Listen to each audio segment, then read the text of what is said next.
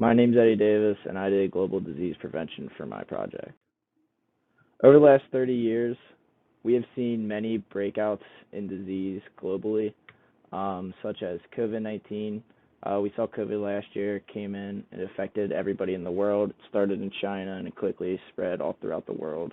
The H1N1 swine flu, that one was bigger in America, but it still affected almost a million people.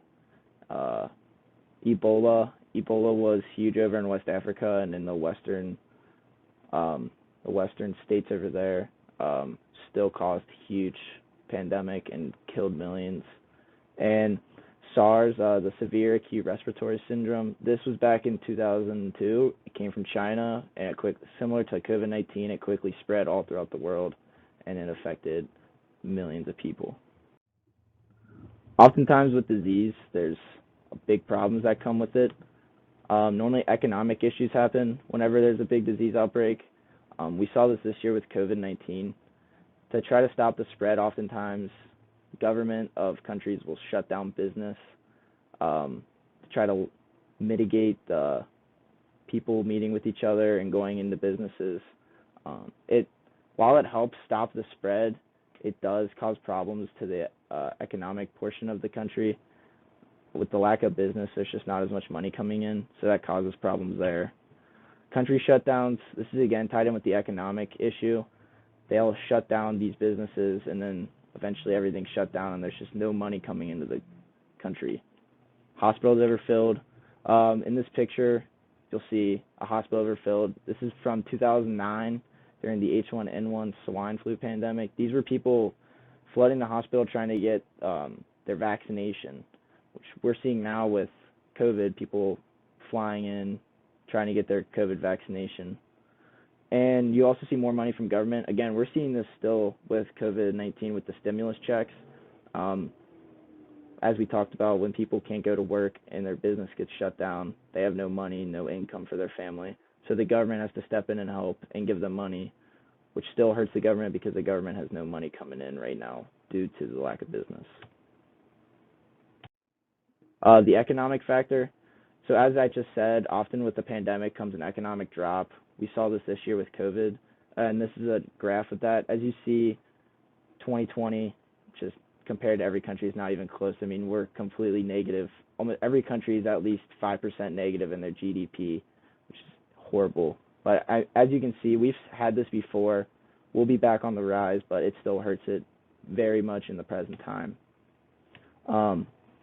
This is caused by many components, such as businesses getting shut down, no work coming in, it rise in the unemployment rate, and yeah.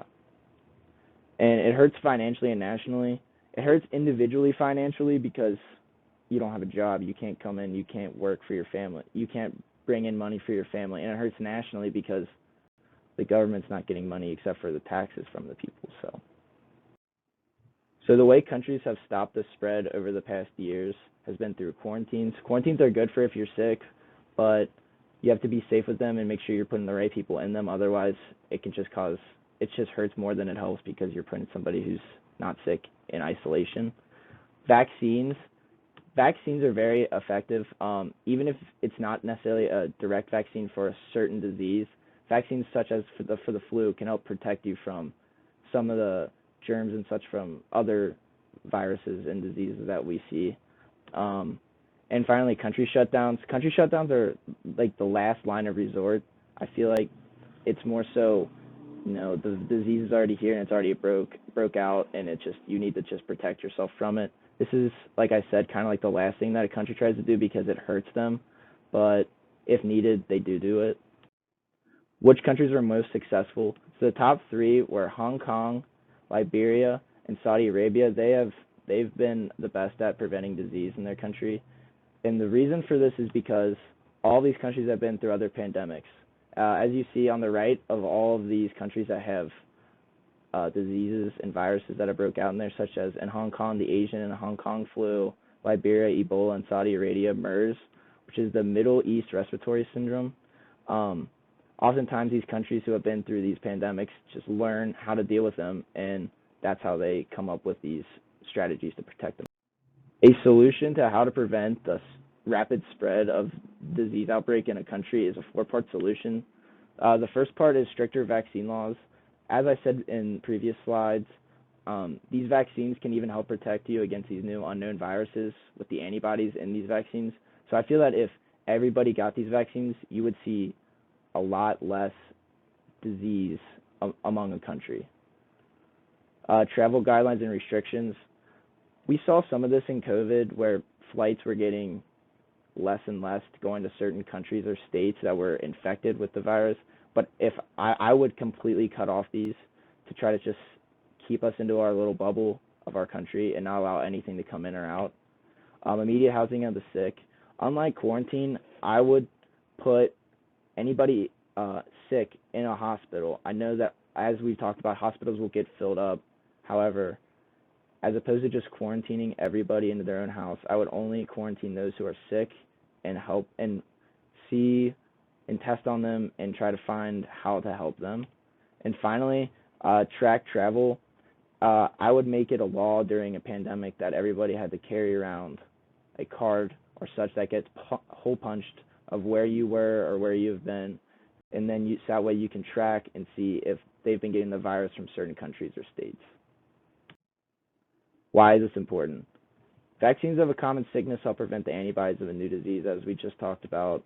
Stricter travel guidelines will help anything going in or out of a contaminated country. Immediate housing/isolation will help the person who has the disease stop the spread, which is what I said, as opposed to quarantining in the house where you still leave everybody in that house up to getting sick. This will just limit it to just you. And finally, if we track people who are traveling during a pandemic, we can see if that person gets sick from any other country. Yeah. So in conclusion, disease control is a serious problem that has affected everyone. As we all know, we are still affected by COVID every day. As we're still online for school, we have to wear a mask everywhere. We will never get rid of disease, but we can certainly find better ways to deal with it.